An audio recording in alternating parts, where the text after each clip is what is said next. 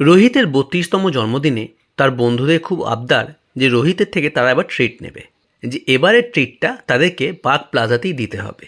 আর সেদিনকে রোহিতের অফিস থেকে ফিরতে একটু দেরি হয়েছিল। সে ফিরে এসে যা হোক করে কোনো রকমে তৈরি হয়ে বাইরে বেরিয়ে পড়ল। বেরিয়ে তখন দেখতে পেল যে একটা ট্যাক্সি বাইরে দাঁড়িয়ে আছে। সে গিয়ে দেখল যে একজন বৃদ্ধ ট্যাক্সিওয়ালা তার গাড়িটা নিয়ে দাঁড়িয়ে আছে। তা রোহিত তখন তাকে জিজ্ঞেস করলো, ও কাকা, যাবে নাকি? বৃদ্ধটি একটু সড়গড় হয়ে বললেন, হ্যাঁ বাবু, যাব। কোথায় যাবেন? ওই পার্ক প্লাজা যাব, পার্ক প্লাজা হোটেল। যাবে? হ্যাঁ হ্যাঁ, যাব। বসুন বসুন। কত নেবে? দেবেন না? 200 টাকা দেবেন, তাহলেই হবে, 200 টাকা। ঠিক আছে, চলো। এই বলে রোহিত গাড়ির মধ্যে চেপে বসলো। এবার বৃদ্ধ গাড়ি নিয়ে এগোতে থাকলো। বেশ কিছু যাওয়ার পর তার গাড়িটা একটু বন্ধ হয়ে গেল। বন্ধ হওয়া মাত্রই বৃদ্ধ গাড়ি থেকে নেমে গাড়িটি ঠিক করতে লাগলেন। রোহিত তখন গাড়ির মধ্যে বসে একটু বিরক্ত হচ্ছিল। বিরক্ত হয়ে সে বৃদ্ধকে বলছে, আরে কি ব্যাপার, তোমরা গাড়িগুলো নিয়ে বেরোর দেখতে পাও না? তোমাদের কি সেই সময় থাকে না?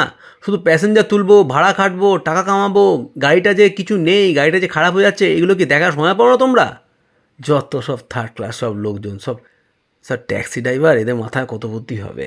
এইভাবে রোহিত গজগজ করতে করতে নানান কথা বলতে লাগলো। বৃদ্ধটি কোনো কথা উত্তর না দিয়ে গাড়িটা ঠিক করছিলেন। ঠিক করে আসার পর তিনি বসে পড়লেন ড্রাইভারের সিটে। দিয়ে এবার তিনি গাড়িটা স্টার্ট দিলেন। আবার কিন্তু যাওয়ার পর গাড়িটা একটু আটকে আটকে যাচ্ছিল। তখন রোহিত আরও বেশি বিরক্ত হয়ে তাকে বলল, আরে কাকা, কি করছো তুমি? গাড়িটায় কিছু আছে? তোমরা কি করতে রাস্তায় বেরো গো? তোমাদের বয়সও হয়েছে, তোমরা কি করতে বেরো? যাও না, বাড়িতে কি বসে থাকো না? একটা ঘাটে মারা গাড়ি নিয়ে বেরিয়েছো, তোমাদের কোনো কি বলবো, তোমার মতো লোকজন না আমার সমাজে বেরোনোর মতো ন, বুঝলে? তোমার সমাজে অচল। একটা দরকারি জায়গায় যাচ্ছি, আজ আমার 32তম জন্মদিন, বুঝলে? বেরিয়েছে গাড়ি নিয়ে, সব সারা পয়সার লোভ এদের। বৃদ্ধ আর কোনো উত্তর দিলেন না। যা হোক করে তিনি গাড়িটা স্টার্ট করলেন। স্টার্ট করে রোহিতকে পার্ক প্লাজা হোটেলের সামনে নিয়ে গিয়ে দাঁড় করালেন। গাড়িটা দাঁড়ানোর পর রোহিত খুব তাচ্ছিল্য করে তার জামার পকেট থেকে 200 টাকার একটা নোট বার করে বৃদ্ধের দিকে ছুঁড়ে দিল। দিয়ে গাড়ির দরজা খুলে হনন করে বেরিয়ে গেল। সে হোটেলের মধ্যে ঢুকে দেখলো তার বন্ধুরা অলরেডি আগে থাকতেই তার জন্য অপেক্ষা করছে হাতে কেক নিয়ে। এবার তার কেক কাটা হলো, তার বার্থডে সেলিব্রেশন হলো, তারপর খাবার অর্ডার হলো। এবার সবার খাওয়া দাওয়া হয়ে যাওয়ার পর ওয়েটার যখন বিল দিয়ে গেল, বিলে অ্যামাউন্ট ছিল 18,000 টাকা। রোহিত তার পকেটে হাত দিয়ে দেখে তার মানিব্যাগটা তার সঙ্গে নেই। সে বুঝতে পারল যে মানিব্যাগটা তাড়াহুড়ো চক্করে সে সেই গাড়িতেই ফেলে এসছে। তার মাথায় সেই মুহূর্তে বাজ ভেঙে পড়ল। আর তাড়াহুড়ো চক্করে সে তার ফোনটাকে চার্জ দিতেও ভুলে গেছে। ফোনে চার্জও নেই যে সে অনলাইন পেমেন্ট করবে। আর এই ঘটনাটা তার বন্ধুরা যখন জানলো, প্রত্যেকেই তাকে নিয়ে কম বেশি তাচ্ছিল্য শুরু করলো। এক একজন তাকে নানান রকমভাবে টোনটিটকারি করতে লাগলো। কেউ বলল, কিরে, খাওয়ানো ভয় কি এখন ভাই পয়সা খরচা হয় বলে এসব গল্প ফাঁচ্ছিস নাকি রে?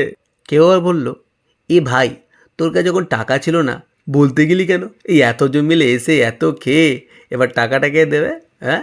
আবার কেউ বলল, চল সবাই মিলে টাকা তোল, টাকা তুলে দিয়ে দে। ও ছাড়ো, ও দ্বারা হবে না, ছাড়ো, ও ভাবতে পারেনি এত টাকা বিল হবে। নানানভাবে তাকে তার বন্ধুরা তাচ্ছিল্য করতে লাগলো। তার তখন লজ্জায় একেবারে মাথা কাটা যাচ্ছে। সে আর কী বলে, সে মুখে লজ্জার হাসি নিয়ে চুপচাপ ওখানে বসে রইল। যখন তার সবার খাওয়া কমপ্লিট হয়ে যাওয়ার পর তার বন্ধুরা তখন টাকা তুলতে লাগলো, এমন সময় সে দেখে তার ওয়ালেটটা সেই বৃদ্ধটি নিয়ে তাড়াতাড়ি করে হোটেলের মধ্যে ঢুকে এলেন। ঢুকে এসে বললেন, এই যে এই যে বাবু, আপনার এই মানি ব্যাগটা গাড়িতেই পড়েছিল। এই যে, আমি তো জানি আপনি এই হোটেলে এসছেন, এজন্য আপনাকে অনেকক্ষণ খুঁজছিলাম। তারপর দেখি আপনি এখানে বসে আছেন। এই যে বাবু, আপনার মানি ব্যাগ। সঙ্গে সঙ্গে রোহিত মানি ব্যাগটা খুললো। খুলে দেখলো তার যত টাকা, এটিএম কার্ড সব ওখানে অক্ষত আছে। সে সঙ্গে সঙ্গে সেখান থেকে টাকা বার করে পেমেন্ট করে দিল। আর তাকে পেমেন্ট করতে দেখে তার বন্ধুরা একটু যেন লজ্জায় পড়ে গেল। রোহিত তখন পেমেন্ট করার পর সেই বৃদ্ধের দিকে যখন তাকাতে গেল, দেখলো সেই বৃদ্ধ সেখানে নেই। ততক্ষণ সে সেখান থেকে বেরিয়ে গেছে। রোহিত তখন তার কোনো বন্ধুর সঙ্গে আর একটিও বাক্যালাপ না করে সঙ্গে সঙ্গে সেখান থেকে বেরিয়ে গেল। সে তাড়াহুড়ো করে বাইরে বেরিয়ে এসে দেখল বৃদ্ধ তখন তার ট্যাক্সির মধ্যে ঢুকে কী একটা করছে যেন। সে দৌড়ে সে বৃদ্ধের কাছে গেল, গিয়ে বলল, কাকা, আপনি কিছু মনে করবেন না, আমি আপনার সঙ্গে ওইভাবে তখন কথা বললাম। আর সবথেকে বড় কথা, আমি আপনার সঙ্গে ওইভাবে কথা বললাম, তারপরও আপনি আমার ওয়ালেটটা নিয়ে এলেন। বৃদ্ধ তখন তাকে উত্তর দিল, না বাবু, আমার এই করেই পেট চলে, বুঝলেন? এই গাড়িটা আমার স্ত্রীর যা গয়না ছিল বন্ধক দিয়ে একজনের থেকে পুরনো কিনেছিলাম। তার ফলে এই গাড়িটায় বেশ প্রবলেম আছে। আমার বয়স আজ 60-এর ওপরে। কী করব? আপনার আজ 32 বছরের জন্মদিন, আপনি বন্ধুদের খাওয়ানোর জন্য এসছেন আনন্দ করতে করতে। আমার গাড়ি আপনাকে একটু কষ্ট দিয়েছে, তাই আপনি রেগে যাচ্ছেন। কিন্তু আমার ঘরেতে না, আমার 35 বছরের ছেলে, সে নিজে হাঁটতে পারে না, বিছানা ছেড়ে উঠতে পারে না, সে একদমই পঙ্গু। আমি একমাত্র আমার গোটা পরিবারের রোজগেরে। আজ আমি যদি এই গাড়িটা থেকে কিছু রোজগার না করতে পারি, আমার পরিবারটা না খেয়ে থাকবে। তাই কষ্ট হলেও করতে হয়। আর আপনার টাকা, সেটা তো আপনার, তাতে আমার কোনো অধিকার নেই। আমি ওটাকে চুরি করে নিয়ে কি করব? একটাই ছেলে, সেও সুস্থ নয়। আর পাপ বাড়াবো না, আর পাপ বাড়াতেও চাই না। ওটা আপনার, আপনাকে আমি ফেরত দিলাম। সে আপনি আমায় দু কথা বলতেই পারেন, কিন্তু দু কথা বলেও তো আপনি আমায় 200টা টাকা দিয়েছেন। এই 200টা টাকা আসা মানেও আমার 1-2 দিন সংসারটা চলে যাবে। তাই আমি কিছু মনে করিনি। আপনি বলতেই পারেন। আমার তাতে আপনার প্রতি কোনো ক্ষোভ নেই।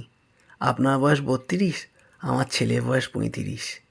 বৃদ্ধের মুখ থেকে এই কথাটা শোনার পর তার জন্য একটা নতুন করে চেতনা হলো।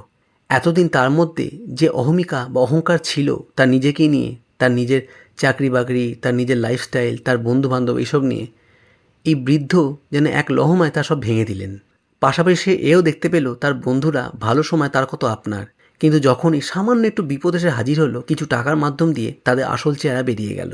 তারা যে বন্ধু, নিমিষের মধ্যে তা ভুলে গেল, এবং বন্ধুরূপী তারা যে শত্রু, সেটাও তাকে নিমিষের মধ্যেই দেখিয়ে দিল। তাই সে আর তার বন্ধুদের দিকে না তাকিয়ে সে তখন বৃদ্ধের দিকে দৌড়ে এলো। কিন্তু বৃদ্ধের এই মানসিকতা, বৃদ্ধের এই আচরণ তাকে যেন একদম অন্য একটা মানুষে পরিণত করলো। শুধু লজ্জার সঙ্গে মাথা হেঁট করে লাস্ট বৃদ্ধের দিকে কিছু টাকা এগিয়ে দিয়ে বলল, কাকা, এইটা যদি আপনি রেখে দেন আমার খুব আনন্দ হবে। আপনার ছেলে তো আমার থেকে 3 বছরের বড়, আমার দাদার মতো। জানবো, আমি আমার দাদার ট্রিটমেন্টের জন্য কিছু টাকা দিলাম। যদি অপরাধ না নেন, এই টাকাটা আপনি রাখুন। বৃদ্ধ তখন তার দিকে তাকিয়ে মুচকি হেসে বলল,